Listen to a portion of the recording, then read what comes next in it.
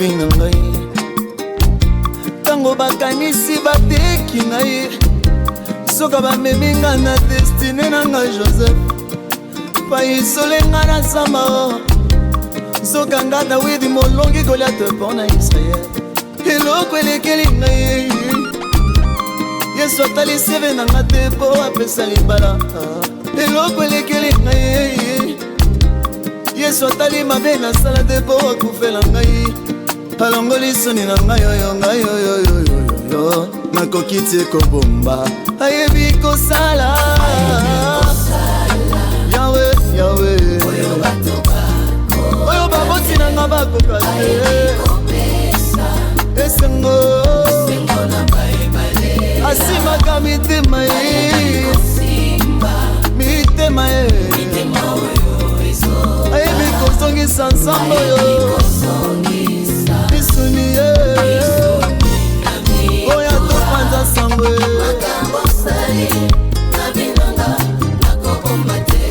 elekeli mabazo na ngai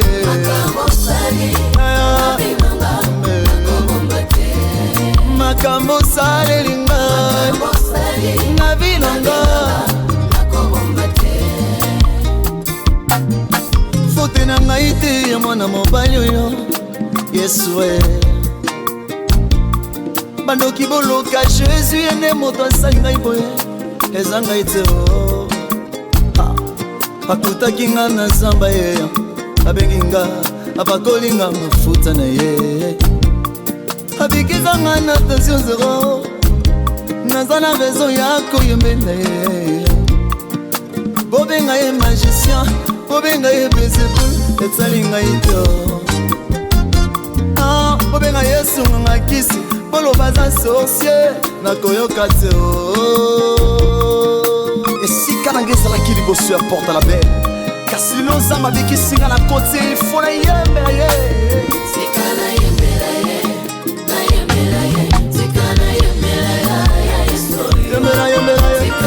C'est avec quelle raison que tu fais ça? Tu peux t'élever et danser pour la gloire de Dieu.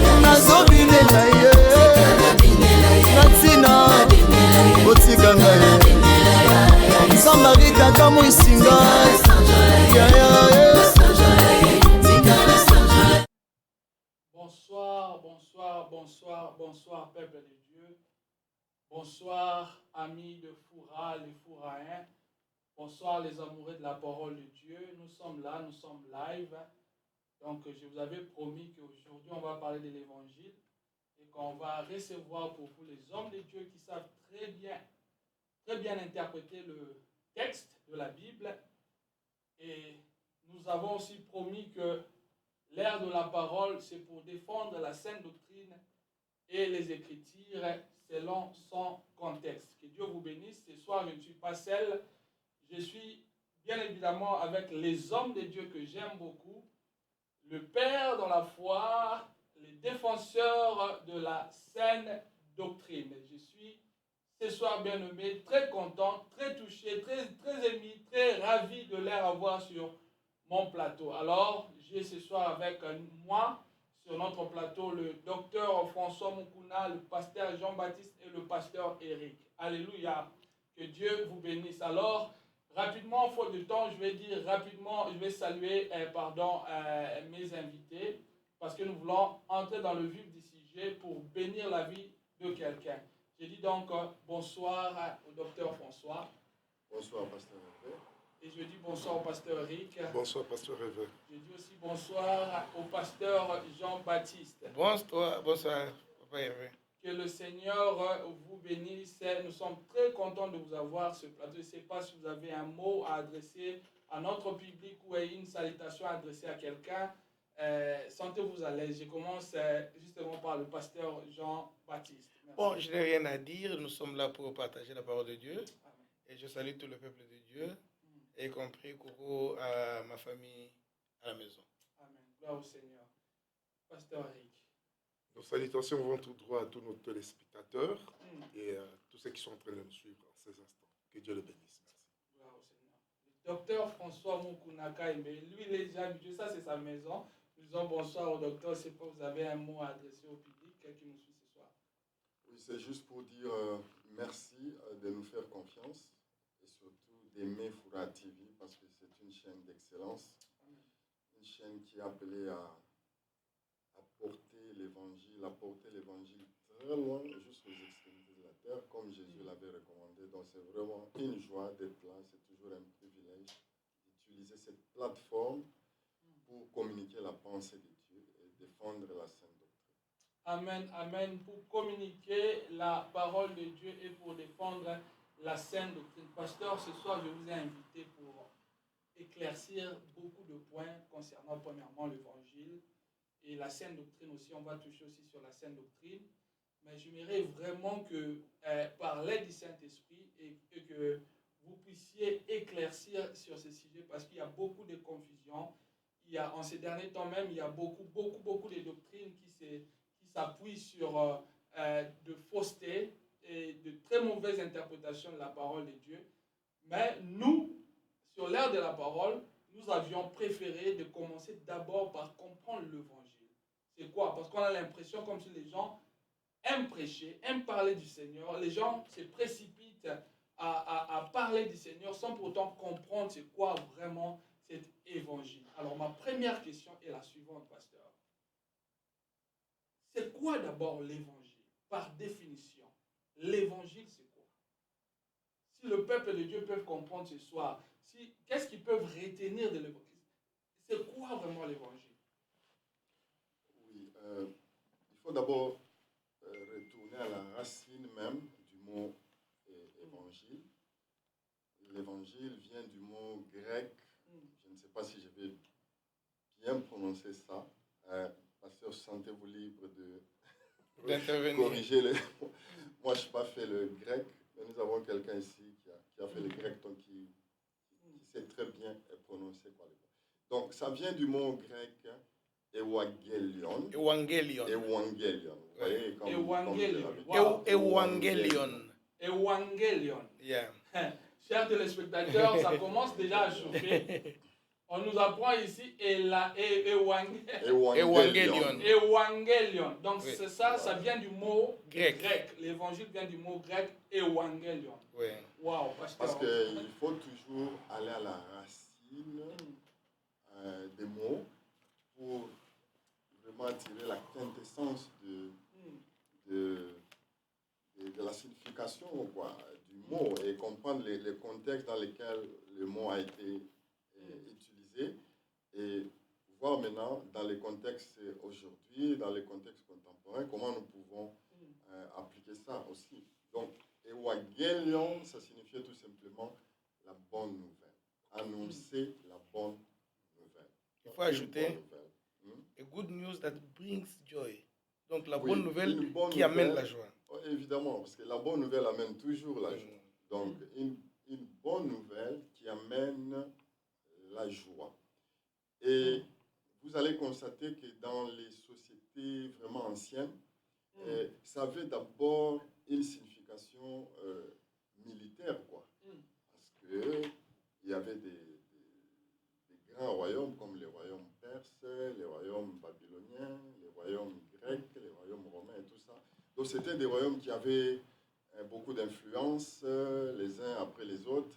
Et maintenant, il est arrivé à un certain moment où le royaume grec, par exemple, a remporté une victoire éclatante sur l'empire grec. L'empire perse. Pardon? Les Grecs ont remporté sur les Perses. Oui, les Grecs, c'est ça que je disais. Donc, les en Grecs fait, je voulais aussi arriver là-bas pour vous poser la question si vous êtes d'accord avec ce que le pasteur et la manière dont il est en train de définir Evangelion. Là même, j'apprends, donc vous pouvez continuer, docteur. Merci. Oui, les royaumes perses, c'était l'Iran aujourd'hui. Les Babyloniens, c'est l'Irak. Et Rome, c'était l'Italie. Rome, à un certain moment, a régné sur le monde, a gouverné le monde.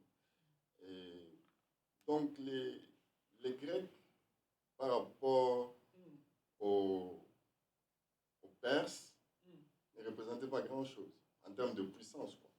Mais il y a une bataille où les Grecs ont infligé une grande défaite aux Perses, aux Iraniens. Et il y a eu un monsieur cette bonne nouvelle pour aller dire à tout le monde, écoutez, quelque chose de majeur, quelque chose de très important vient d'arriver. Nous avons remporté la victoire sur les Perses. Donc c'était une très bonne nouvelle. Et le monsieur là, il a couru des kilomètres pour aller annoncer la bonne nouvelle. Et malheureusement, lorsqu'il arrive au lieu où il fallait annoncer la bonne nouvelle, il était tellement épuisé. Donc il a eu juste le temps de dire, oh mon frère, voilà, la victoire est à nous. Nous avons battu les Perses. Et puis il est tombé, quoi. Il est mort. Il a en fait apporté la bonne nouvelle. Il a apporté la bonne nouvelle. Après, il est mort. Un sujet de joie pour les Grecs. Et puis voilà, il est mort. Donc c'est ça un peu, si on peut résumer, quoi, le contexte un peu historique, c'est une bonne nouvelle qui apporte la joie. Pasteur Eric, je ne sais pas si vous avez quelque chose à ajouter là-dessus. Oui, dans le contexte actuel, la bonne nouvelle, c'est tout ce qui est maintenant centralisé sur la personne de Christ. Christ en soi, c'est la bonne nouvelle qui a été donnée pour toute l'humanité, pour le salut. La bonne nouvelle, c'est ce qui amène le salut au monde, le salut à toute l'humanité. Jésus est la bonne nouvelle qui a été donnée, envoyée dans le monde pour nous donner le salut. C'est ça, vous avez dit dans le contexte actuel. Dans le contexte actuel. Vous avez anticipé ma question qui vient, mais bon, c'est pas grave.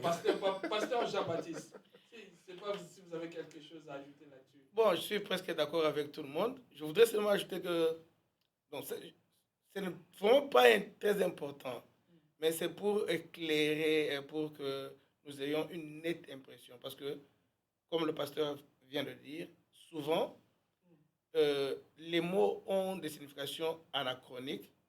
Donc, parfois, les mots changent de contexte chaque fois que le monde évolue. Parfois, quand nous parlons de l'évangile aujourd'hui, les gens croient peut-être rester un message de Jésus-Christ envoyé au monde. Non, il y a eu beaucoup d'évangiles. Comme le pasteur vient de dire, après la bataille de Marathon, où les Grecs avaient... Vous parlez du Marathon. C'était la bataille de Marathon, où les Grecs avaient remporté sur les Perses. Alors, on a envoyé des évangélistes, c'est-à-dire, comme on appelle en anglais, les émissaires. Ce qu'on appelait les évangélistes, qui ont amené l'évangile pour dire aux Grecs que maintenant, l'empire qui dominait sur nous a été vaincu. Nous sommes libres de toute servitude. Et il y a aussi eu ce qu'on appelle aujourd'hui Pax Romana, la paix romaine, qui était aussi un autre évangile. Quand Octavien a pris le pouvoir et qu'il a rendu l'Empire romain libre, il a proclamé l'évangile selon, donc l'évangile de César Auguste.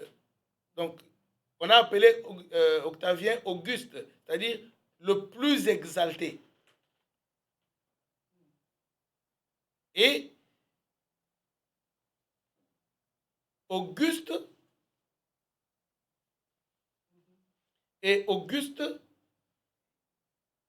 s'est érigé, on a installé même les cultes en l'honneur d'Auguste, parce que Octavien a changé de nom à Auguste, c'est-à-dire l'exalté, celui qui est exalté. Je voudrais un peu me limiter là.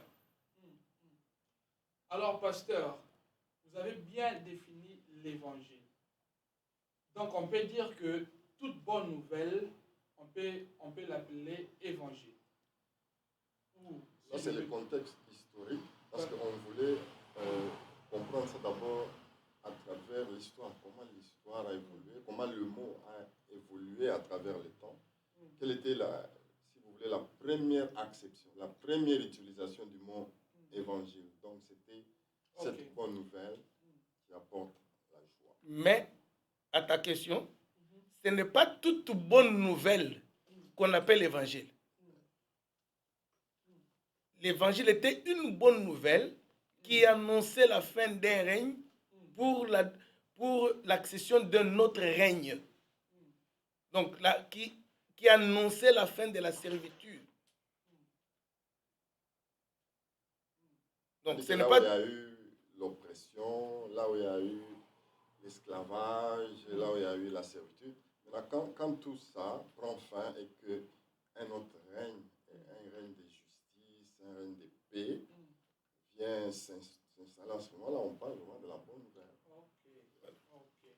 Là, ça se comprend, on le comprend. Maintenant, pasteur, l'évangile de Jésus-Christ, c'est quoi? C'est quoi l'évangile de Jésus-Christ? Parce que tout le monde prêche, tout le monde apporte la bonne nouvelle, tout le monde veut parler de Jésus. Mais s'il faudrait définir maintenant l'évangile de Jésus-Christ. Ok, tu vois, quand les anges sont venus parler aux bergers, quand vous lisez dans Matthieu, je pense, puisque nous vous annonçons une bonne nouvelle qui sera un sujet de joie pour le monde entier. Tu vois, on revient encore à la signification du mot évangile. Donc, une bonne nouvelle qui sera un sujet de joie pour le monde entier. Et aujourd'hui, par exemple, lorsque on célèbre Noël, je sais qu'il y a beaucoup de débats autour de Noël, est-ce qu'il faut célébrer, mais vous pouvez constater que c'est un jour où tout le monde est dans la joie. Parfois, les gens ne savent pas pourquoi ils sont dans la joie, mais il y a une joie. Donc, c'est ça, en fait, l'évangile de Christ, c'est quoi? Et on peut lire 2 passages qui vont essayer de nous éclairer là-dessus. 1 Corinthiens chapitre 15, du verset 1 au verset 3, au verset 4. L'apôtre Paul nous dit ceci. Je vous rappelle, frères, l'évangile que je vous ai annoncé. Vous voyez, l'évangile que je vous ai annoncé. C'est-à-dire la bonne nouvelle qui apporte la joie. Alors, que vous avez reçu, dans lequel vous avez persévéré, et par lequel vous êtes sauvés, si vous le retenez tel que je vous l'ai annoncé. Autrement, vous auriez cru en vain. C'est important les mots que l'apôtre Paul utilise. Tel que je vous l'ai annoncé. C'est-à-dire que du moment où vous commencez à vous écarter de tel que l'évangile a été annoncé, déjà nous tombons dans ce qu'on appelle la fausse doctrine. Vous comprenez? Parce que vous commencez à dévier, vous commencez à introduire des choses qui n'étaient pas initialement prévues. Ou vous commencez à soustraire peut-être des choses qui étaient dites par rapport à cette bonne nouvelle.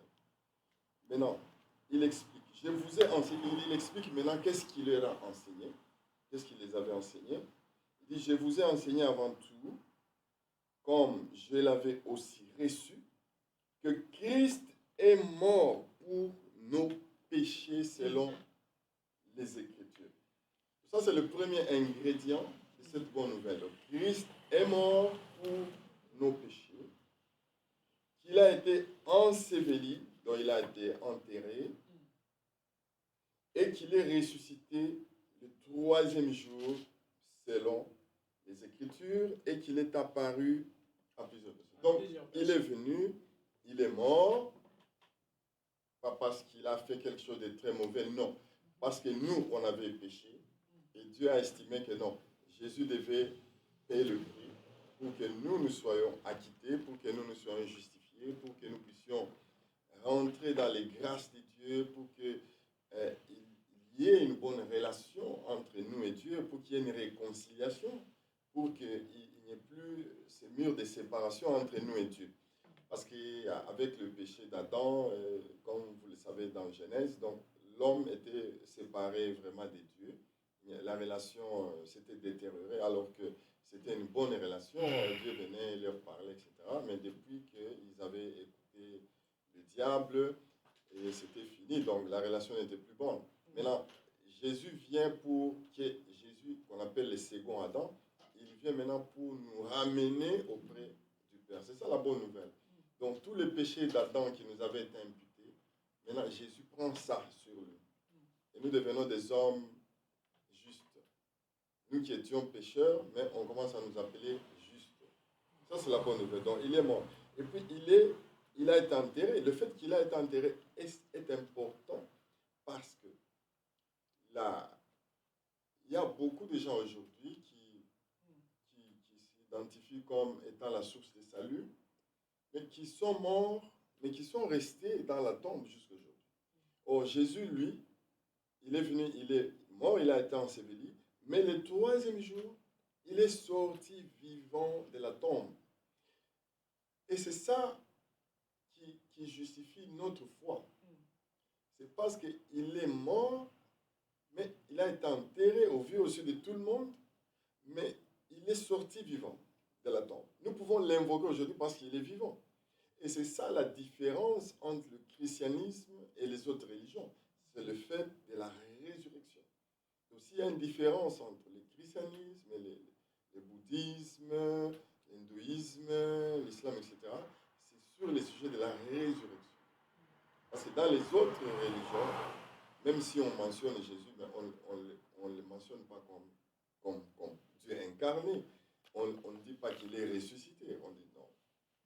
Vous connaissez toutes ces religions. Nous ne sommes pas ici pour parler des autres religions, mais nous sommes ici pour parler de cette bonne nouvelle. C'est cette bonne nouvelle.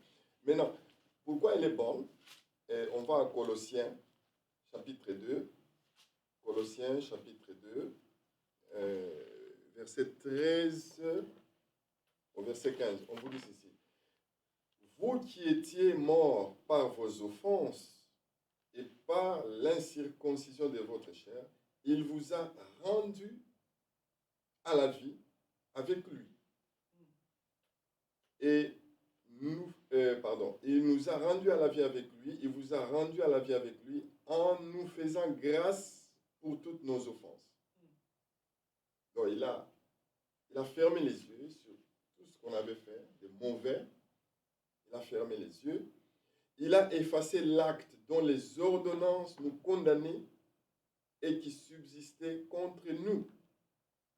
Et il a détruit en les clouant à la croix. Voilà, la croix vient pour établir cette bonne, comment si vous voulez, la raison de cette bonne nouvelle, la croix.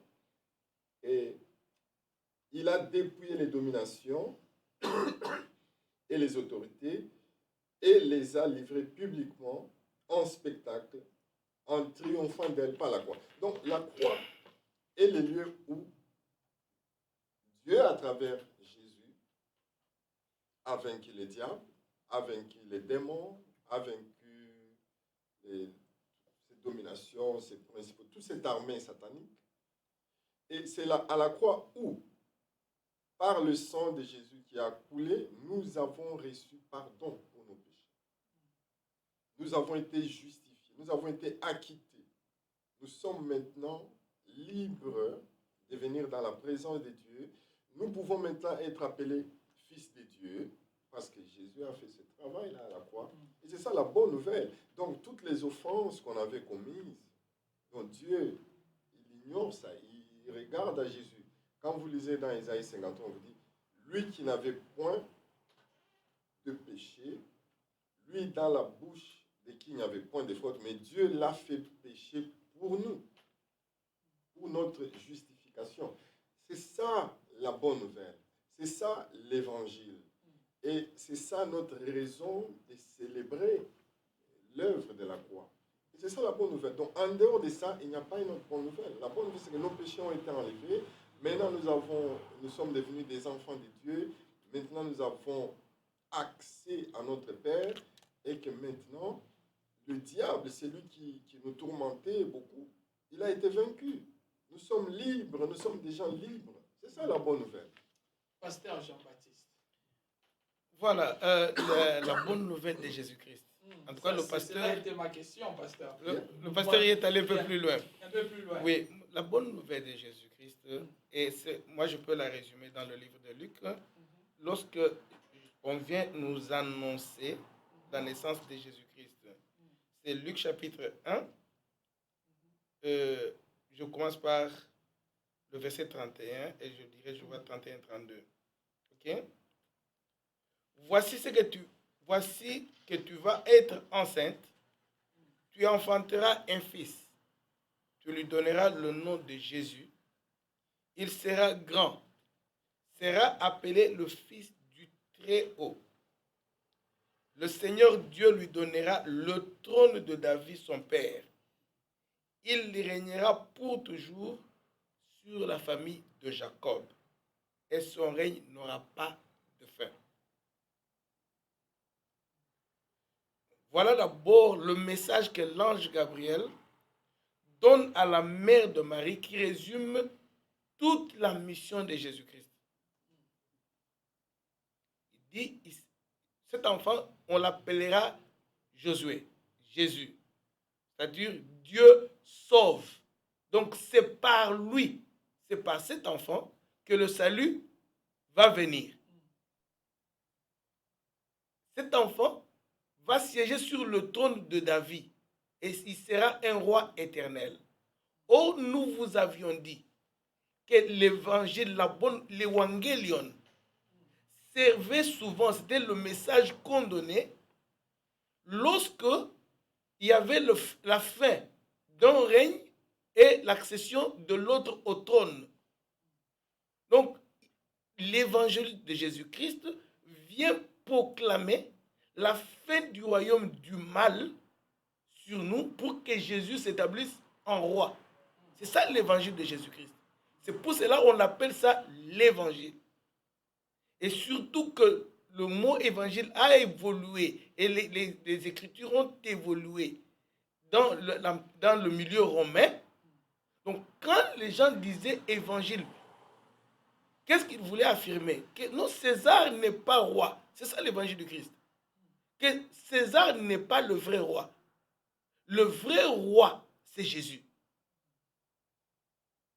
C'est ça l'évangile. C'est d'ailleurs pour cette raison, pour appuyer un peu ce qu'il est en train de dire, c'est la raison pour laquelle les gens avaient des difficultés à accepter Jésus comme Messie. Parce qu'ils se disaient que mais nous sommes sous occupation romaine et nous savons que le Messie vient mettre fin au règne oppressif de Rome sur nous. Mais là, vous nous parlez de quelqu'un qu'on arrête comme ça et puis qu'on amène à la croix comme un criminel. Mais c'est quel genre de Messie? Ouais, c'est ça la difficulté. Donc, la bonne nouvelle, c'est ça. Le règne satanique est fini. Les dominations, les principautés ont été vaincues. Maintenant, voilà, le règne de paix est là. Le règne de justice est là. C'est ainsi que quand Jésus est venu, dans le livre de Marc, chapitre 1, versets 14 et 15, il dit ceci. Il parle de son message maintenant. Il annonce la bonne nouvelle. En quel terme? La manière dont vous définissez déjà l'évangile et vous parlez de l'évangile de Jésus-Christ, ça indique déjà qu'il y a beaucoup de problèmes à l'église concernant la compréhension de l'évangile. Voilà, écoutez. Après que Jean eut été livré, Jésus vint en Galilée. Il proclamait l'évangile de Dieu et disait: le temps est accompli. Le règne de Dieu s'est approché. Convertissez-vous et croyez à l'évangile. Tu comprends? Un nouveau règne. Non, maintenant, le temps est accompli parce qu'un nouveau règne va s'installer. Repentez-vous, c'est-à-dire abandonnez le royaume que vous servez, venez à mon royaume. Abandonnez les dieux de ce monde. Venez à moi. C'était ça. La source de vie. En fait, c'est ça la bonne nouvelle. Pasteur, vous êtes un peu calme là. Vous pensez à quoi? Pouvez-vous ajouter quelque chose sur ce que Vous savez que c'est un grand sujet qui demande beaucoup de temps. Parce qu'il y a beaucoup de choses qu'il faut parler sur l'évangile. Vous savez, quand vous prenez le livre de Luc là, que le pasteur venait de prendre, Luc chapitre 1er, vous le lisez à la fin, même au verset 74, 75, la Bible dit que quand vous serez délivrés de vos ennemis, afin que vous puissiez le servir sans crainte. Voilà. Donc, la venue de Christ elle-même, la venue seulement de Christ, elle-même en soi, elle est déjà l'évangile. C'est ça l'évangile. Wow. Parce que elle regorge tout ce que nous pouvons parler aujourd'hui dans le monde sur les délivrances, les guérisons, parce que c'est un règne qui amène la restauration de l'homme. Et là, alors la restauration intégrale dans tous les domaines de l'homme, social, spirituel, matériel, physique, dans tous les domaines. Et ce règne-là, c'est un règne éternel. Parce que la Bible dit que l'évangile, c'est l'évangile éternel. L'évangile que nous avons, c'est un évangile éternel. Je vais en venir là. Là, Tu vois? vous me précédez, pasteur, mais pardon, vous m'anticipez, mais je vais venir là-dessus sur l'évangile éternel. Mais pasteur, vous avez expliqué sur l'évangile, vous avez expliqué aussi l'évangile de Jésus-Christ. Maintenant, ma question, qui peut porter l'évangile? Parce que dans le livre de Matthieu chapitre 28, justement avant l'ascension du Maître, il est en train d'ordonner à ses apôtres d'aller prêcher la bonne nouvelle du royaume. Parce que ça, c'est juste l'introduction, parce que je vais venir sur la justification, la rédemption, la glorification, toutes ces choses. Parce que j'ai l'impression que les gens ne comprennent pas l'évangile et l'évangile est très mal enseigné, d'après ce que vous avez défini et expliqué. Mais non, qui peut prêcher cet évangile? Ou comment peut-on prêcher cet évangile? Ou comme la question. Donc, non, mais tu dois d'abord, toi-même, tu dois d'abord croire à ce message. C'est la personne qui a cru. Tu dois d'abord croire que c'est une bonne nouvelle. Tu dois l'adopter, n'est-ce pas? Non, pasteur, là, vous n'avez pas encore répondu. Vous n'avez pas répondu à ma question. Bon, est-ce que je peux essayer? Yes, please, pasteur. Ok. Yeah. Dans la commission dont vous parlez de Matthieu, où Jésus envoie Les disciples. les disciples, n'est-ce Yeah. pas? Il leur dit quoi? Allez, faites de toutes les nations mes disciples. C'est-à-dire, allez faire de toute personne, De toute l'humanité, du de monde toute entier. l'humanité, mes messagers. Pasteur, excusez-moi, pasteur, là, c'est comme si ça, Jésus révèle l'objectif de l'évangile, ou de la bonne nouvelle. C'est pour faire des disciples. Mais ma question Non, ce n'est pas ce que... Non, parce que ta question est posée sur qui peut amener l'évangile. Voilà. Mais c'est le disciple de Jésus qui peut amener l'évangile. Oui, mais le Merci. disciple, c'est celui Voilà. qui a accepté d'abord lui-même le message. Et qui Ok. a accepté de suivre le maître. Donc, il n'y a que lui qui peut aller annoncer maintenant Voilà. le message. Parce que si tu n'as pas cru, si tu n'as pas reçu la bonne nouvelle toi-même, comme telle, comme bonne nouvelle, bon, comment tu vas la propager? Donc, tu dois d'abord la recevoir avec foi, comme Paul dit aux Thessaloniciens.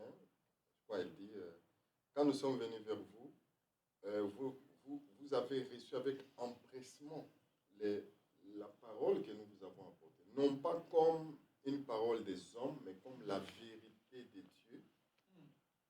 Et vous avez commencé à attendre l'avènement de notre Seigneur. Donc, c'est le disciple qui doit apporter l'évangile. C'est le disciple. C'est lui qui a d'abord accepté. C'est lui qui a accepté. Et vous savez toutes les conditions que Jésus a posées pour être un disciple. Il faut renoncer à ceci, il faut porter la croix, il faut être prêt à donner ta vie, à perdre ta vie à cause de moi, à haïr ta mère, ton père. Donc Jésus a posé toutes ces conditions. Maintenant, c'est cette personne-là qui a répondu à tous ces critères.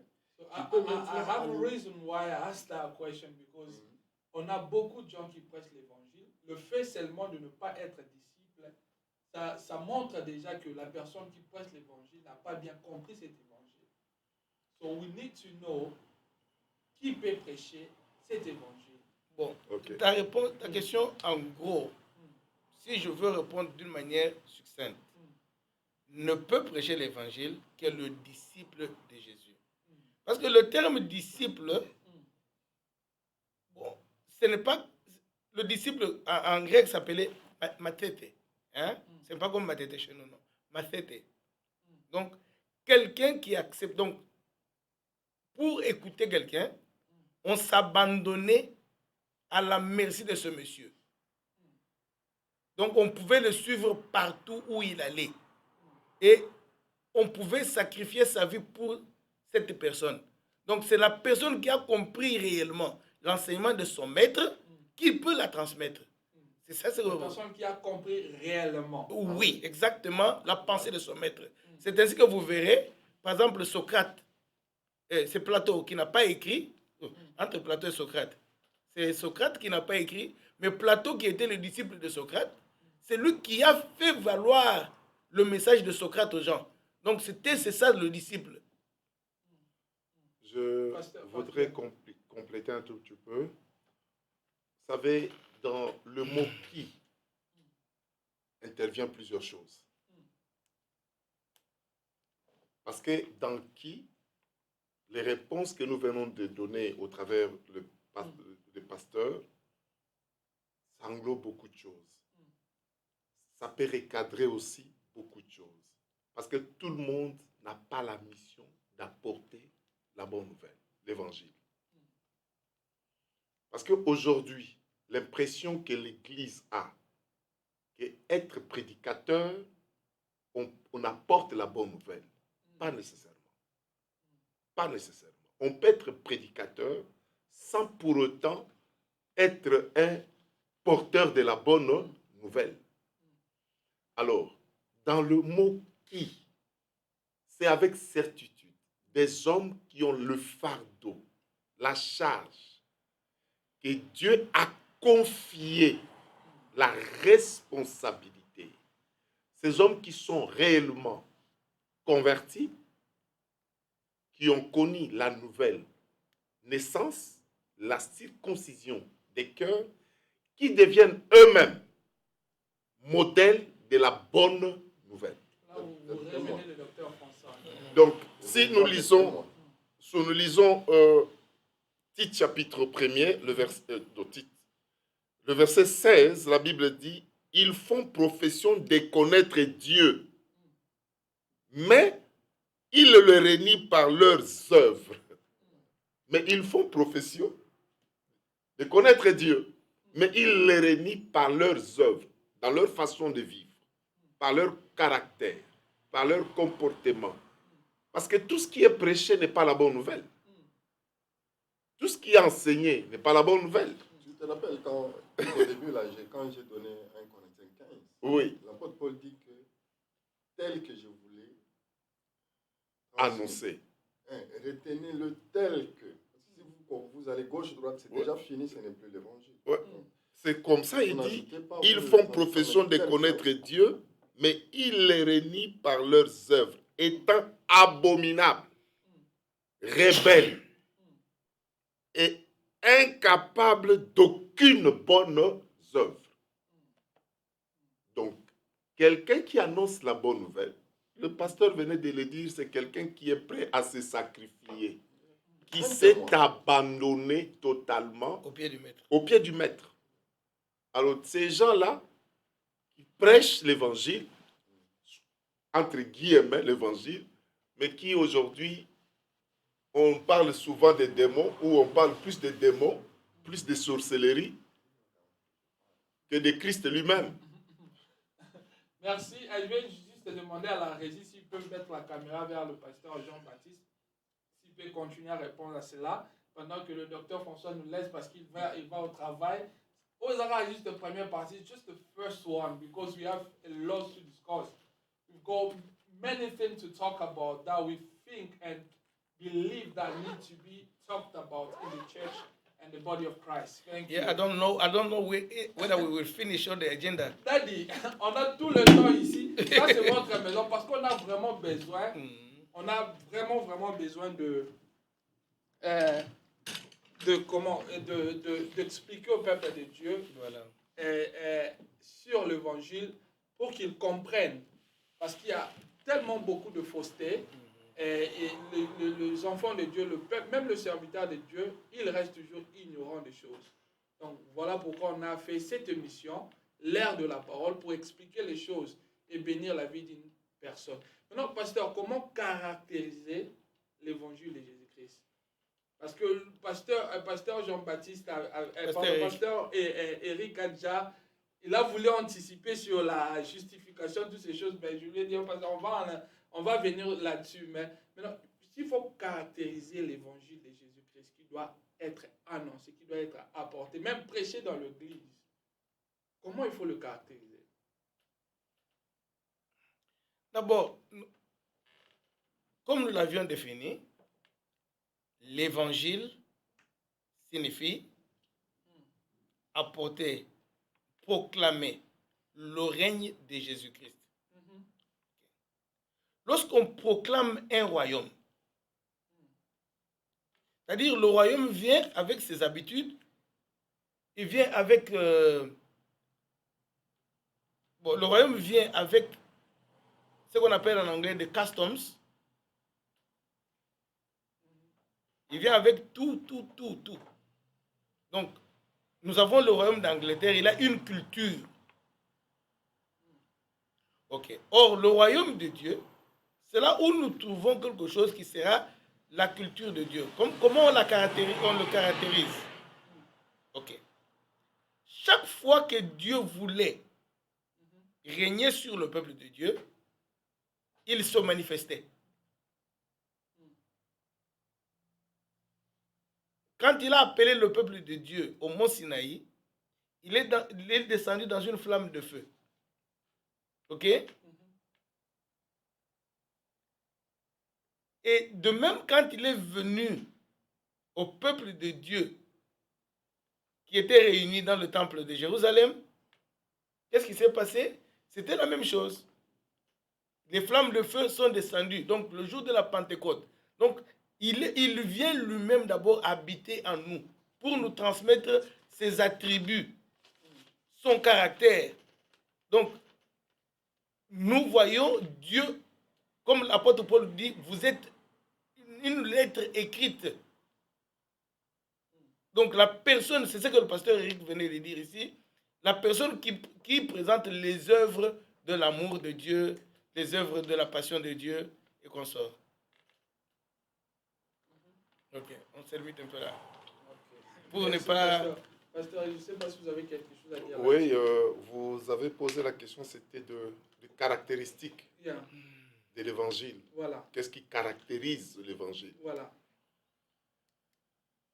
Il faut comprendre que l'évangile est caractérisé par sa pureté. L'évangile pur. C'est là où ça va vous amener dans la saine doctrine. Mais on n'est pas là. Mais l'évangile, elle doit être prêchée, amener les gens à Christ. Tout, Christ doit être le centre, la plaque tournante de toutes choses. Ce n'est pas l'évangile de la peur. On montre aujourd'hui beaucoup plus les sorciers de ta famille. Nous avons des prières de tueries. Mais ça, c'est l'amalgame. L'évangile, c'est de présenter Christ, qui est amour, qui est venu sauver, quel que soit le niveau du péché de la personne. Parce que Christ n'est pas venu pour les hommes justes. Il n'est pas venu pour les hommes justes. Il est venu pour les idolâtres, il est venu pour les impudiques, il est venu pour les occultistes, il est venu pour les sorciers. Il n'a pas une couche où Christ déteste, il haït le péché, mais il aime le péché. C'est-à-dire l'évangile qui doit être présenté, le caractéristique de la présentation de l'évangile, c'est d'amener le monde à la repentance, au salut, et que les gens puissent être réconciliés au Maître. Donc ça, c'est le caractéristique de l'évangile. L'évangile est basé sur la repentance. La personne de Christ lui-même. Je pense que c'est ce qui est d'abord très intéressant dans les caractéristiques de l'évangile. Non, pasteur, Apocalypse chapitre 14, verset 6. Ça nous parle d'un ange qui tenait, si Si on peut lire ça, s'il vous plaît. Oh, oui. My phone is just died here, Daddy. I don't know if you have it. Bible. Yes, please. Yes, merci. Apocalypse, Chapitre 14. verset 6. verset 6. Voilà. Vous avez parlé de l'évangile éternel. Oui. Et voilà. Donc, Apocalypse, pour tous ceux qui nous suivent en ce moment, donc, it's too small. Je peux lire pour vous. Merci, s'il vous plaît. Je vis un autre ange qui volait par le milieu du ciel, ayant un évangile éternel pour l'annoncer aux habitants de la terre, à toute nation, à toute tribu, à toute langue et à tout le peuple. Now, là, Je peux avoir la Bible. yeah. Yeah. Y a-t-il une différence entre l'évangile éternel et l'évangile de Jésus-Christ que vous venez nous définir? Non. Il n'y a pas une différence. Il n'y a pas une Il n'y a pas de différence. Il n'y a pas de différence. Donc, on parle C'est là. l'évangile qui amène au salut. Si vous continuez le texte là, au verset 7, vous allez voir qu'on vous dit de rendre gloire toujours à Dieu dans toutes choses.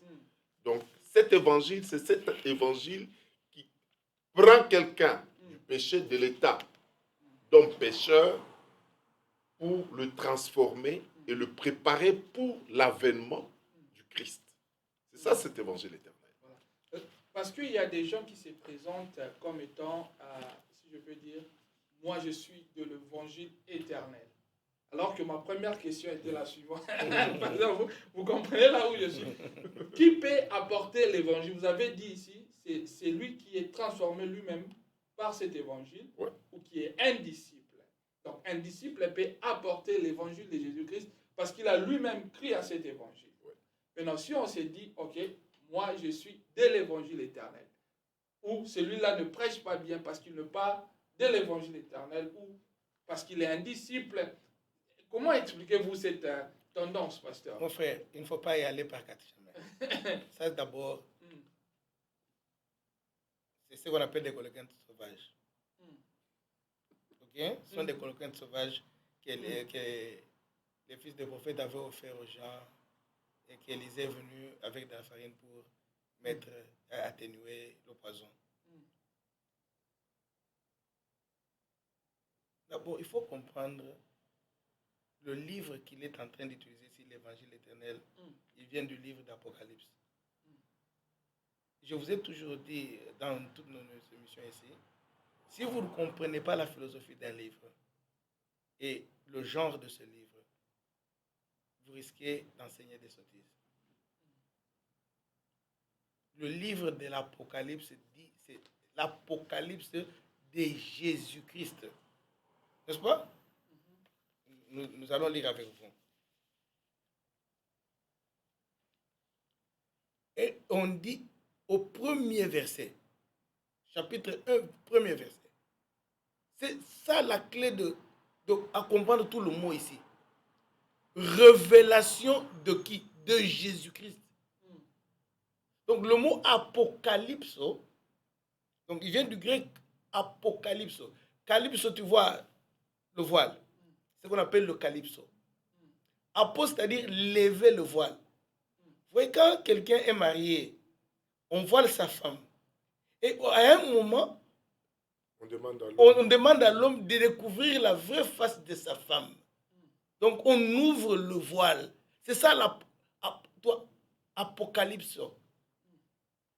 Pour voir exactement qui il est. Ici, on nous dit que c'est une révélation qui nous révèle maintenant la personne de Jésus-Christ. Ce livre a été écrit pour des gens qui allaient vers la tribulation pour les réconforter. Leur faire voir que Jésus-Christ est le seul maître et il est au contrôle de tout ce qui vous arrive. Alors, il est venu se révéler à Jean.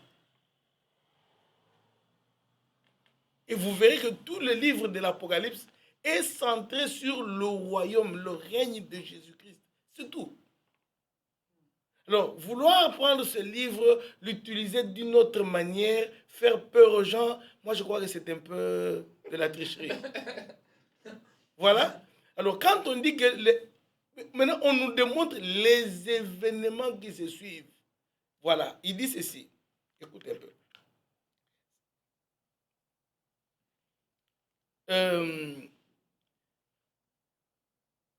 Révélation de Jésus-Christ, Dieu la lui donna pour montrer à ses serviteurs ce qui doit arriver bientôt. Il l'a fait connaître en envoyant son ange à Jean, son serviteur, lequel a attesté comme parole de Dieu et témoignage de Jésus-Christ tout ce qu'il a vu.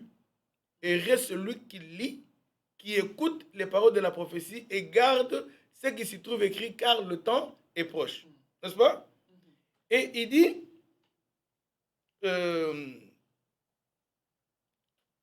avant d'écrire cette église, n'est-ce pas? Est-ce que je suis? Voilà.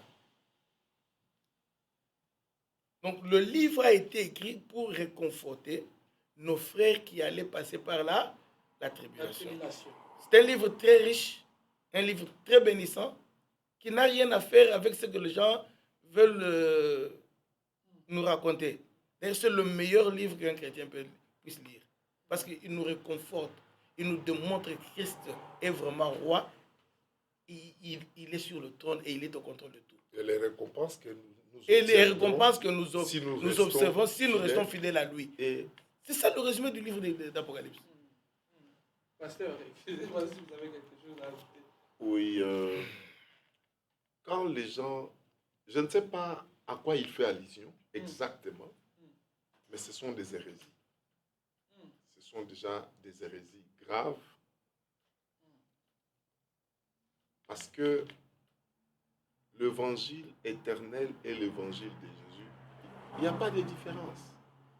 Personne ne peut se dire que nous sommes de l'évangile éternel, vous êtes de l'évangile de Jésus. L'évangile de l'éternel, il va l'amener où?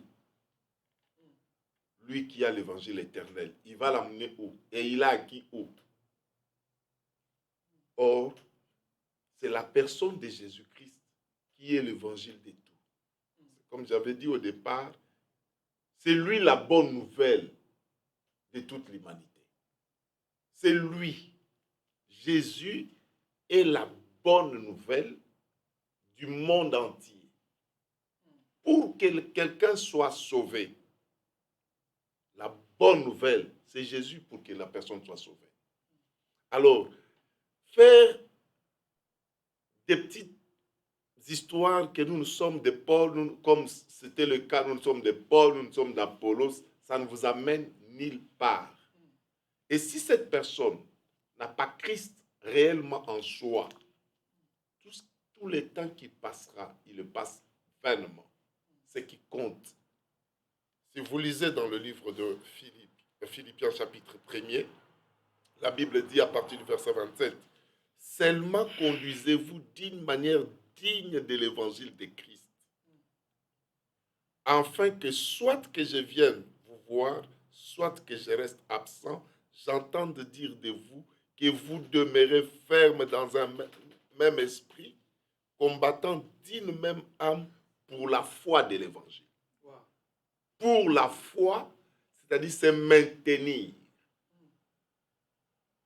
C'est rester gravé, enraciné auprès de Christ. Alors, se conduire d'une manière digne de l'évangile, c'est de se garder pur. C'est de marcher dans la sanctification. Mener une vie de la crainte de Dieu pour donner de la saveur à l'humanité, pour que tout ce monde qui nous observe soit sauvé. Ne fût-ce que même s'ils n'ont pas entendu parler de Christ, mais seulement par ta conduite. Ta conduite soit une évangile qui peut les sauver, les amener à Christ. C'est ça la vraie évangile. Wow. Si je peux ajouter quelque chose? Bien sûr, pasteur. Voilà. Le pasteur a très bien dit. Le pasteur a très bien expliqué ça.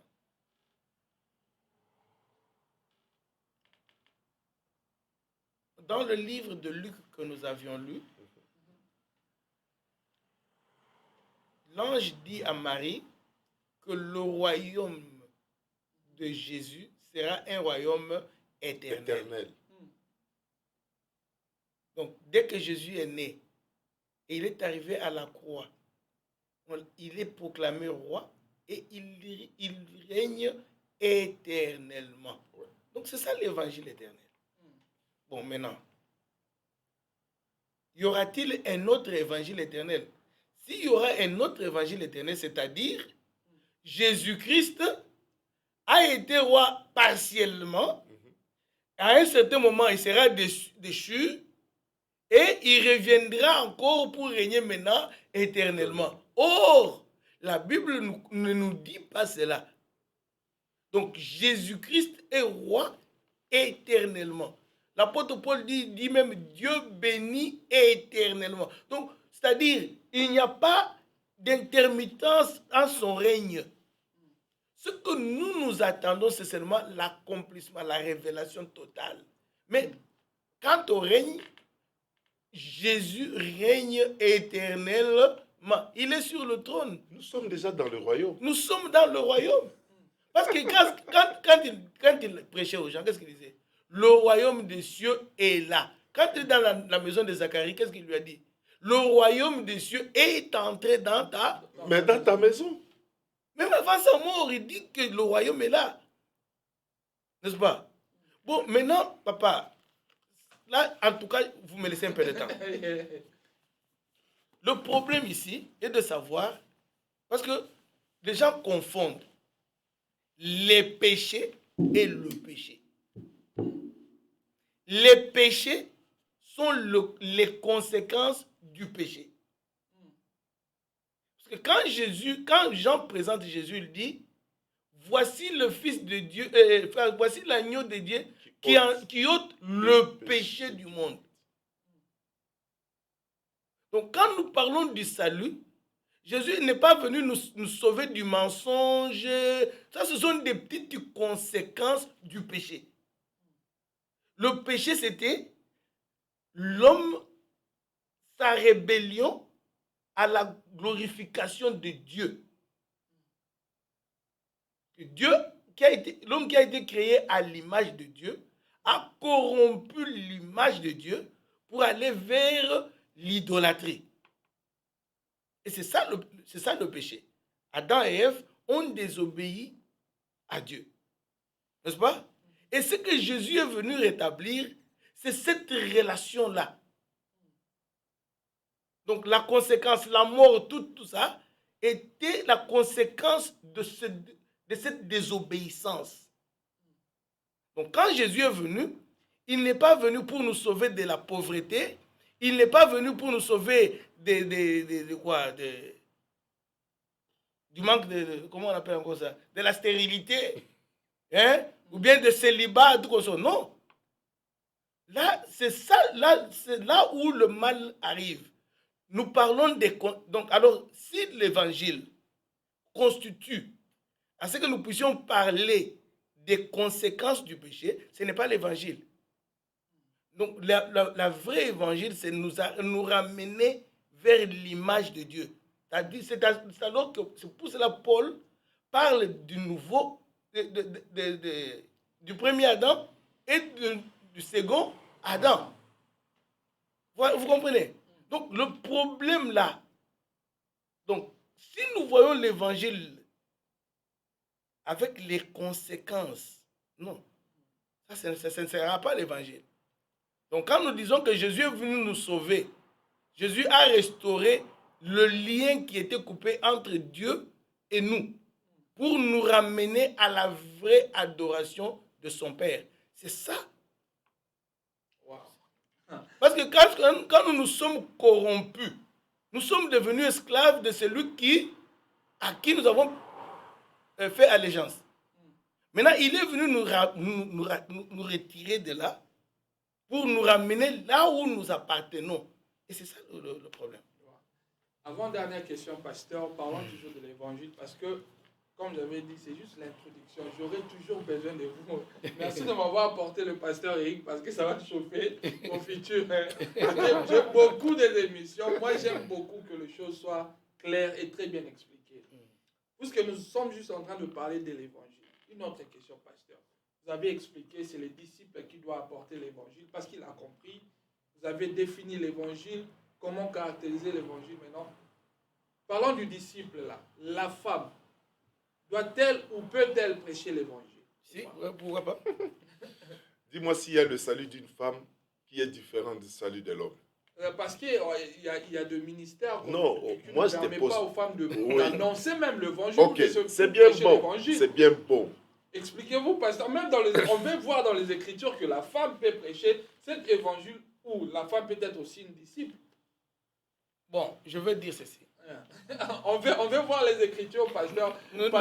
Nous irons dans les Écritures. Vous savez, Priscille, quand on parle de... Aujourd'hui, plusieurs femmes, plusieurs mamans donnent à leurs enfants le nom de Priscille. Hein, Prisca, tout ça. Priscille était qui? Anne, je parle de Anne. Prenons Luc chapitre 2. Je vais parler de Anne. Priscille est parmi les femmes qui ont gardé pendant les moments de persécution de l'Église. Priscille et Aquilas, son mari, ils gardaient les gens dans leur maison et c'est là ils priaient et exhortaient des gens. Mais ici, nous sommes en train de voir une femme qui était prophétesse dans le Nouveau Testament, qui annonçait l'évangile, même pour l'arrivée de Christ. Parce que les gens font des confusions. Il n'y a pas de salut de l'homme, il n'y a pas de salut de la femme. Si une femme t'amène l'évangile, tu t'es converti au travers de cet évangile que la femme t'a donné. Il t'a présenté Christ. Tu reçois Jésus, tu acceptes Jésus. Tu es sauvé, oui ou non? Bien sûr que oui. Bon, la différence, elle sera à quel niveau maintenant? Parce que c'est une femme qui t'a présenté l'évangile. Lisons. Lisons, la Bible dit, restez veuve. Hein? Restez veuve et âgée de 84 ans.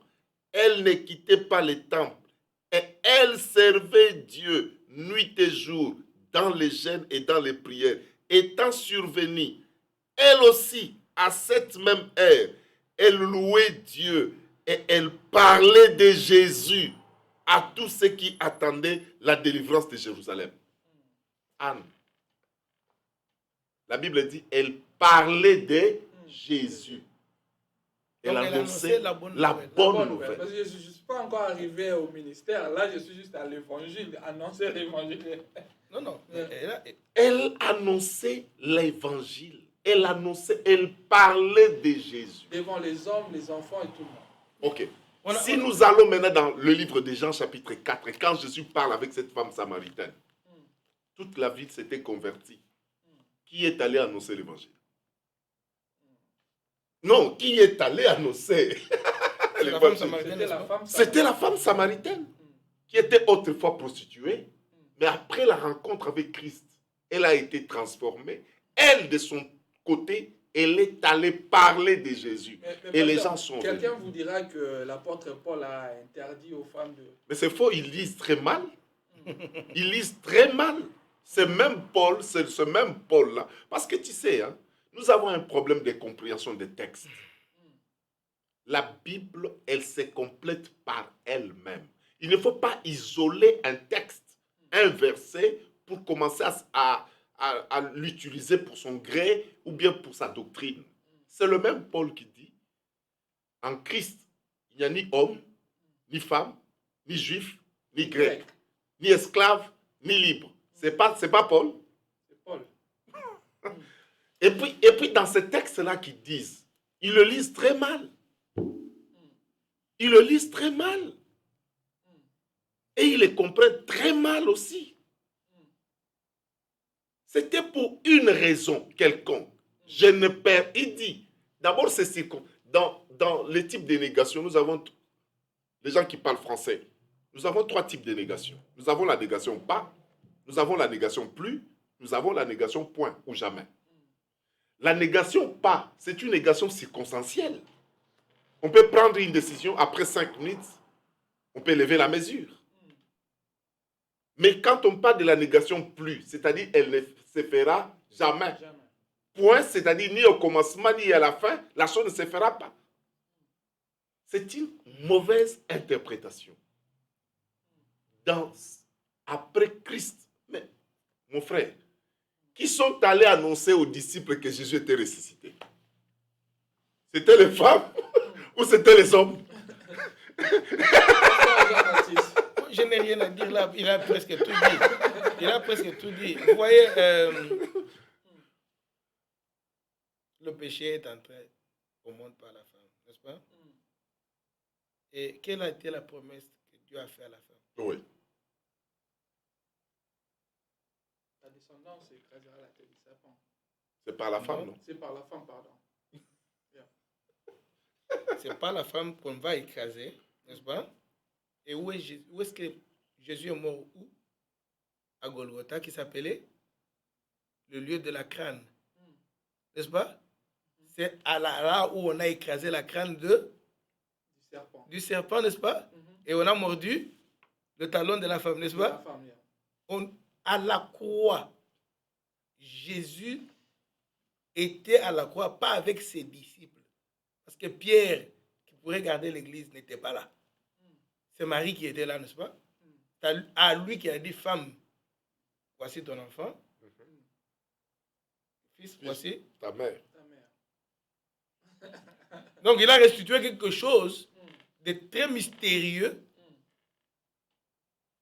qui s'était passé au jardin d'Éden. Donc, quand Dieu parle de l'homme, il a créé l'homme, c'est-à-dire femme et homme. L'être c'est mâle celui-là, et femelle. l'être femelle et mâle, oui, merci beaucoup. L'être femelle et mâle, c'est ce qui constitue l'homme. Donc moi, je ne suis pas l'homme, ni la femme n'est pas l'homme, mais à nous deux, c'est ce qui constitue l'homme. N'est-ce pas? Alors, chacun est appelé à servir Dieu. Donc le ministère, souvent parce que chez nous, nous avons très mal défini tous les mots. Le ministère, c'est servir. Donc tu vois ce qu'on appelle diaconéo. Le diacre. Ça vient du mot diaconéo. Diaconéo, c'est-à-dire diaconéo, c'est-à-dire c'est le verbe servir. Donc quand la belle-mère de Pierre servait les gens, le verbe utilisé là, c'est-à-dire diaconéo. Elle les servait avant qu'elle soit guérie de la fièvre. Après qu'elle soit guérie de la fièvre, elle les servait, donc elle les donnait à manger. Donc c'est un service qu'on rend à quelqu'un. C'est ce qu'on appelle le ministère. Ce n'est pas une fonction à laquelle on accède, on devient ministre de Dieu. Non, non, non. Quand on t'appelle ministre de Dieu, c'est-à-dire un serviteur de Dieu, quelqu'un qui sert. Est-ce que les femmes ne peuvent pas servir Dieu?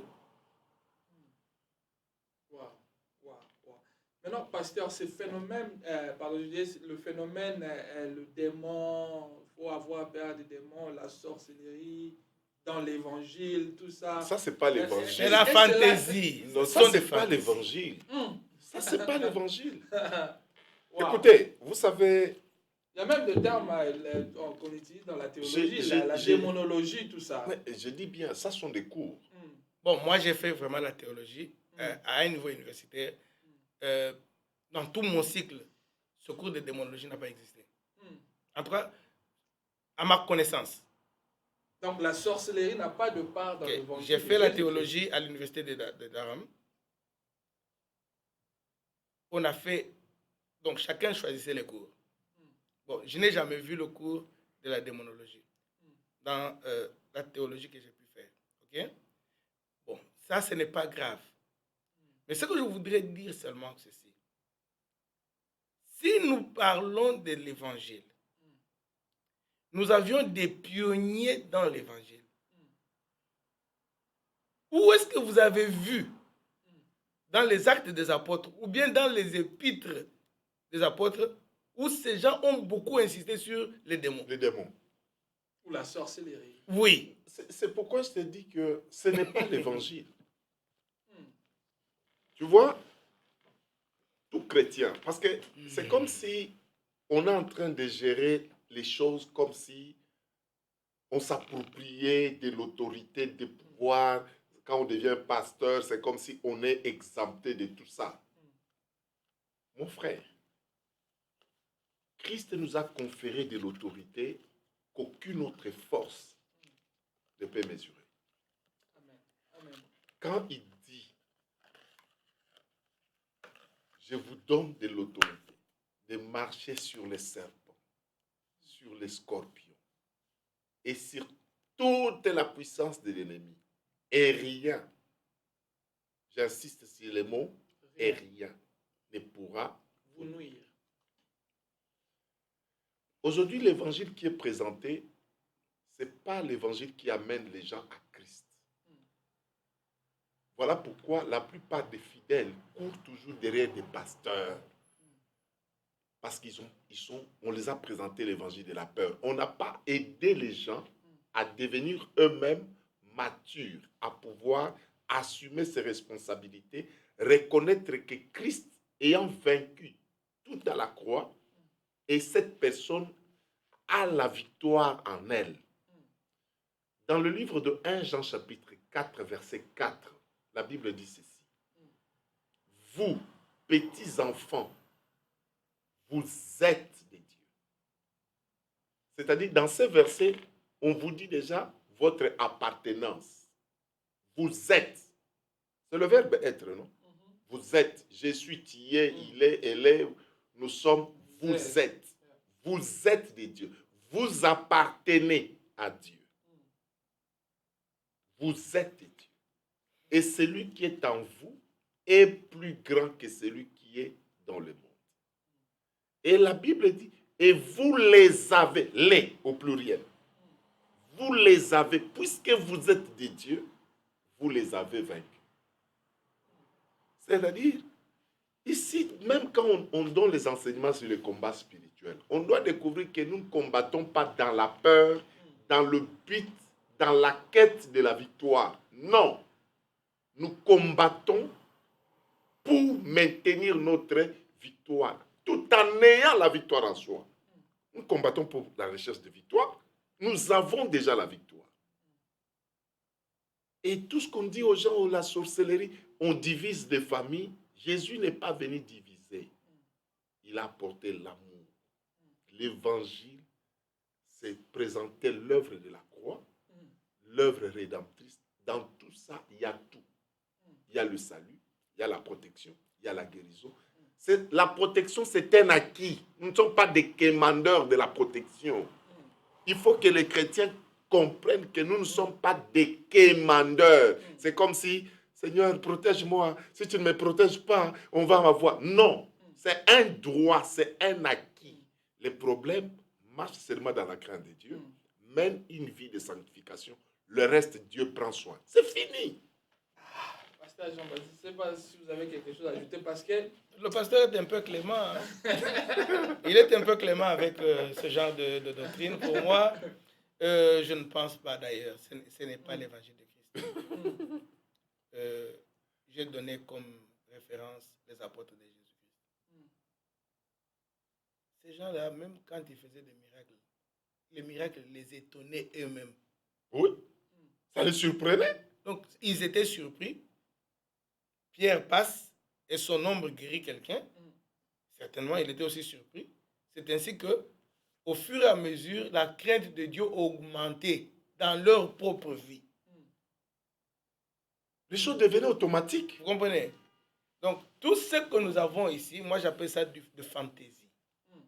Nous cherchons à embellir le message de Jésus, qui est simple. Le message de Jésus est simple.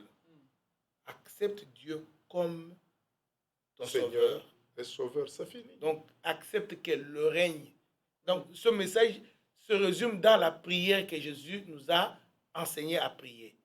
Notre Père qui es aux cieux, que ton nom soit sanctifié. C'est-à-dire que nous te reconnaissons un Dieu à part d'autres dieux.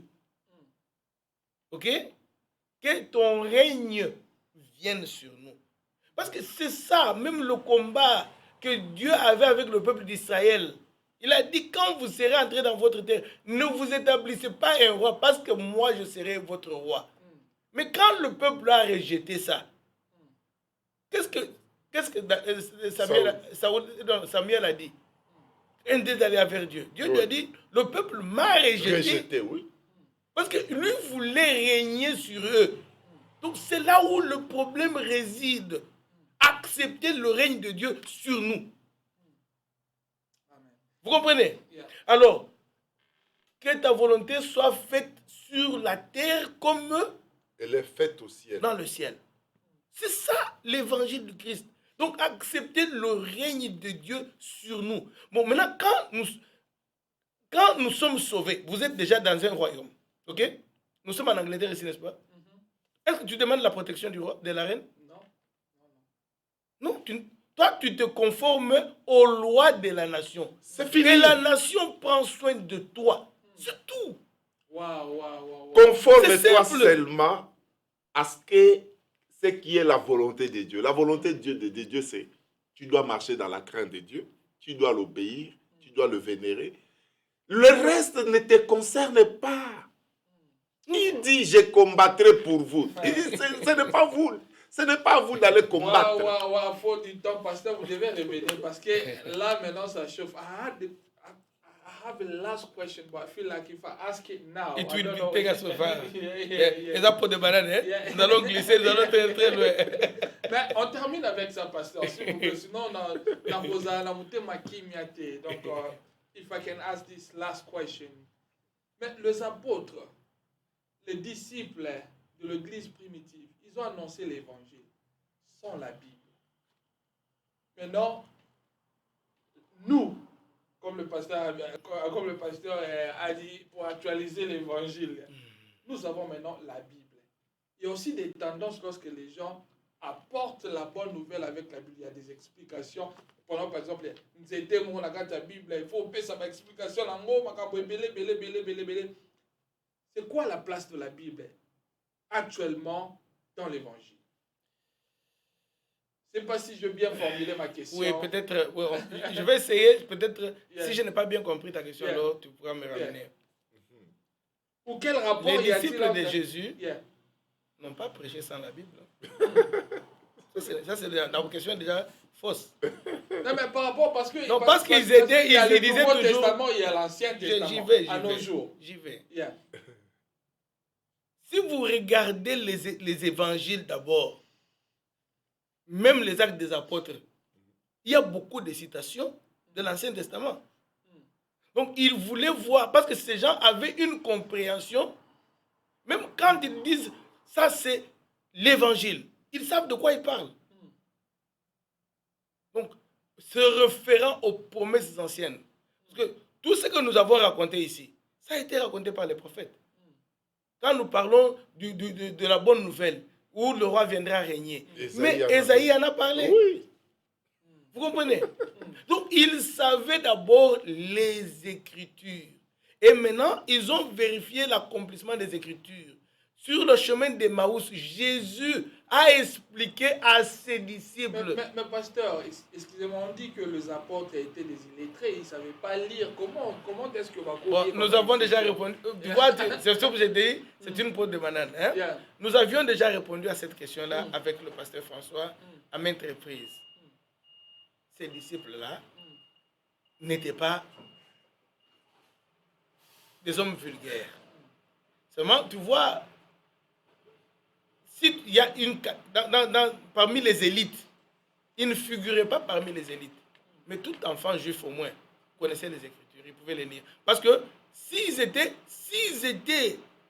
idiots comme on les présente, Pierre ne pouvaient pas aller chercher dans les Écritures pour justifier la Pentecôte. Allez lire le livre de Joël. Comment? Parce que c'était des grands parchemins. Comment était-il avec cette connaissance? Donc, Ce que je voudrais seulement, pour la conclusion, l'évangile de Jésus-Christ, c'est accepter le royaume de Dieu sur nous, surtout. En grosso modo. Donc, dès que nous vivons dans le royaume, c'est le roi maintenant qui doit nous pourvoir de tout ce que nous avons besoin, n'est-ce pas? Vous le remarquerez dans tout ce que Jésus a dit, n'est-ce pas? Donne-nous notre pain de ces. Quand Jésus a voulu nourrir son peuple, il leur donnait de la manne. Il n'avait même pas besoin d'économie. En résumé, à l'église primitive, je crois l'avoir dit ici, le psaume 23 jouait un rôle très important dans le catéchisme. Parce qu'il dit, l'Éternel est mon berger et je ne manquerai de rien. Et vous verrez la relation entre le berger et la brebis. C'est ça la relation que Dieu veut que nous ayons avec lui pour appartenir à son royaume. Waouh. On n'a pas terminé, c'est juste l'introduction pour définir en fait l'évangile et comprendre l'évangile de notre Seigneur Jésus-Christ. Le pasteur va revenir, on va s'arranger ici à Foura comment, pour les avoir encore une fois, pour vous bénir, vous expliquer les choses bien aimées, parce que tout le monde veut parler de l'évangile. Quand même on ne comprend pas l'évangile. Il y a un moment là, musulman, pas à attaquer, tu n'as rien à dire parce que on ne comprend pas en fait l'évangile. Tout le monde veut parler de Jésus. On ne connaît même pas qui est la personne de Jésus. Parce que vous allez encore revenir pour la personne de Jésus, pour expliquer cet homme, Jésus homme, Jésus Dieu, Jésus Saint-Esprit. On a besoin de toutes ces choses, pasteur, parce qu'il y a beaucoup de zambris dans l'église. Ce sont des enseignements doctrinaux fondamentaux. Bien sûr, pasteur, il faut rectifier la scène doctrinale. Il faut corriger les choses parce qu'il y a beaucoup de choses qui se disent dans la rue. Moi, je l'appelle balabala. Et ça, c'est le fondement et l'évangile. Encore une fois, je vous remercie pour votre disponibilité. Merci, que le Seigneur vous bénisse. On m'avait fait signe qu'on a eu interruption sur Facebook, mais à YouTube, on était toujours live. On va faire la rediffusion de cette émission juste dans 1 heure du temps. Que le Seigneur vous bénisse. Merci au pasteur. Merci vraiment pour cette belle enseignement. Moi-même, j'ai appris beaucoup de choses et on va encore vous inviter. Que le Seigneur vous bénisse, pasteur. Je ne sais pas si vous avez un dernier mot à dire au peuple de Dieu ou une salutation. Merci. Commence par le pasteur Eric. Moi, je dis que merci pour votre présentation. Amen. Et merci pour nous avoir accueillis et pour me donner l'opportunité de pouvoir m'exprimer. Merci à mon vieux qui m'a appelé pour faire part de la journée d'aujourd'hui. Bon, tu as été intrus dans notre programme. Oui. Ok. Je remercie beaucoup le peuple de Dieu. Je vais terminer par cette observation que je voulais dire au peuple de Dieu réellement, que si nous n'enseignons pas à nos enfants le vrai évangile et le vrai message de Jésus-Christ à cette époque, nous sommes en train de perdre nos enfants, parce que quand les athées vont venir vers eux, si notre évangile n'est concentré que sur le matériel et tout qu'on sort, dans nos communautés, dans les 20 ans qui suivent, il n'y aura plus de chrétiens. Donc nous devons nous concentrer réellement au message de Jésus-Christ et dans sa richesse et sa profondeur. Amen. C'est pourquoi on a Foura, pasteur. Il faut venir enseigner les gens ici. Là ici, c'est votre maison. Que Dieu vous bénisse. À la prochaine. Et encore une fois, nous disons merci au pasteur. Et merci à vous parce que vous étiez là sur YouTube. Que Dieu vous bénisse. Suivez-nous sur Facebook encore une fois. Que le Seigneur vous bénisse. Merci. Bye.